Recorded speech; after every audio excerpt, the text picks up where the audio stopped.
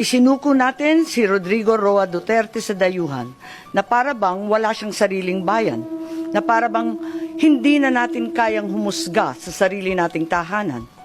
Yan ang tanong ni Senador Amy Marcos sa mga opisyal ng gobyerno sa pagdinig ng Senate Committee on Foreign Relations sa nangyaring pag-aresto ng International Criminal Court. This is bigger than Duterte. This is about our dignity as Filipinos. Isang dokumento ang inilabas ni Marcos sa pagdinig at iginit na diffusion at hindi pa red notice ang ipinadala ng Interpol sa mga otoridad ng Pilipinas. Ayon sa senador, ang diffusion notice hindi sa pilitan kundi provisional arrest kay Duterte o kaya extradition taliwas sa ginawa ng gobyerno sa dating Pangulo. Nag-mobilize ang pamahalaan ng libo-libo, 7,000 ang pinagmalaki na kapulisan para sa isang request for information ng Interpol na unverified. Pinahihingi lang. Walang sinasabing nagmamadali. Pero lahat ng government resources pinaandar na.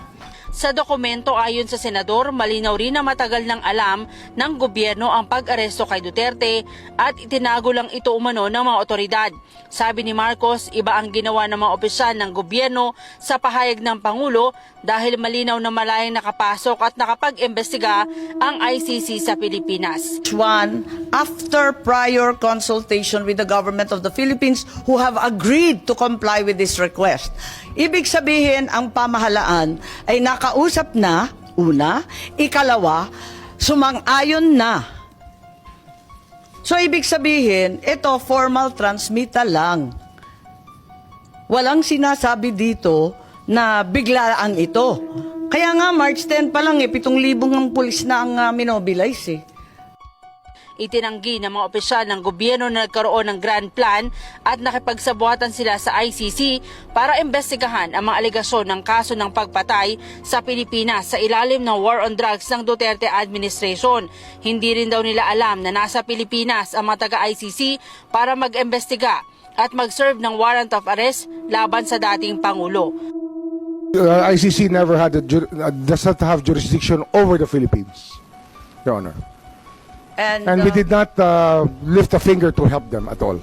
Kaya ang tanong ng mga senador, kung hindi miyembro ang Pilipinas ng ICC, bakit isinuko si dating Pangulong Duterte nang maglabas ito ng arrest warrant?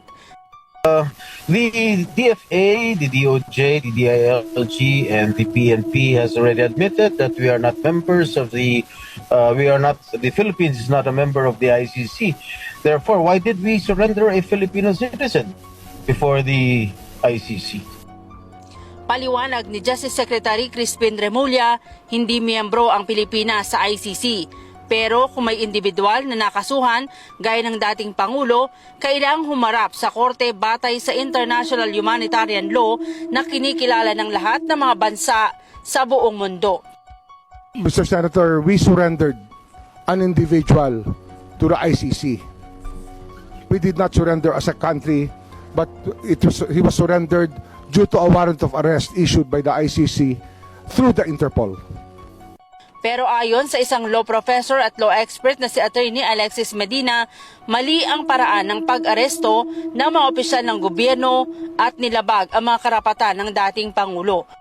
Surrender without judicial proceedings might amount to a violation of the liberty of abode that is guaranteed by Section 6 of the Bill of Rights. The liberty of abode cannot be impaired without a lawful order of the court. That's the text of the Constitution. Now, this constitutional protection is a barrier for any government action that would simply compel an individual to change his residence. So to compel a person, to expel a person from his country of residence without a lawful court order by excluding the judicial process might amount to a violation of the liberty of abode. Humarap din sa pagdinig si Vice President Sara Duterte at inireklamo sa mga senador ang illegal na pag-aresto sa kanyang ama.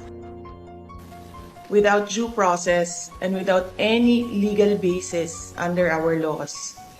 Nasaan po ang warrant of arrest na inisyo ng hukuman ng Pilipinas? Wala.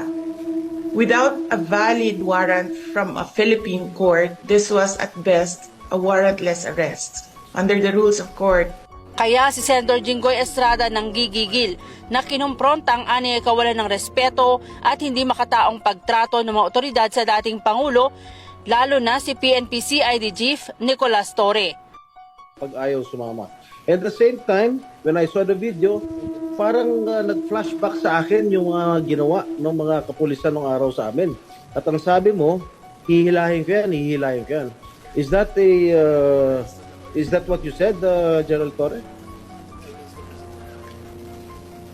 Sir, it's already all optics and tactics already because it's already. No, I am asking you. Did you say that? Hihilahin ko, hihilahin Yes, ko yan. sir, and I actually made good of it, What sir. what prompted you to say that? Sir, I made good of it, sir. Sabi ko, sir, hihilain ko yan, and I went back to AS bakit Medialdea, handcuff him. Bakit mo nga sinasabi? You know, your statements based on the video may reflect the PNP as an institution. Baka sabihin lahat ng ating mga kababayan, ganyan pala yung mga pulis.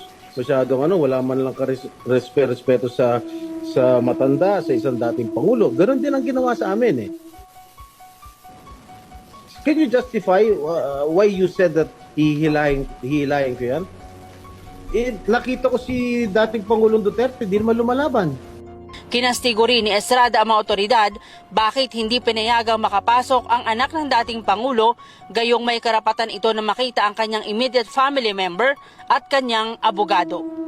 Ang sabi ni PRRD, papasukin niyo yung anak ko. Abogada siya. At ang sinabi mo, hindi ko siya papapasukin. Why not, Gerald Torre? That is a decision.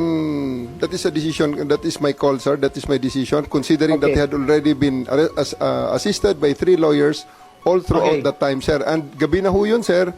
The request was made at around mga 9 o'clock na, sir. Yes. Tanggalin mo na yung titulo ni Inday Sara. Kalimutan mo na siya na Vice President siya. Pagpalagay natin hindi siya Vice President. She is an immediate member of the family. Nung kami po ay nakakulong, ang immediate members of the family, 24 hours pwede bumisita sa amin, nakakulong kami. Ito hindi pa nakakulong. Anak ito. Bakit hindi nyo pinapasok? Bakit hindi nyo man lang binigyan ng kortesiya yung anak na isang abogada na magkukonsulta? Katulad nga na sinabi ko kanina, yung mga nakakulong nga, 24 hours pwede bumisita ang immediate members of the family. Bakit ito hindi pa nakakulong, hindi nyo pinapasok yung anak? Our mission at that time, sir, is to deliver him to the My God. body Kahit who issued the anong warrant, mangyari, sir. Nasa batas yan. Nasa batas yan, General. Immediate members of the family, lawyers, priests, etc., etc. I should know. Nanggaling ako dyan. Tapos ito, hindi naman nakakulong.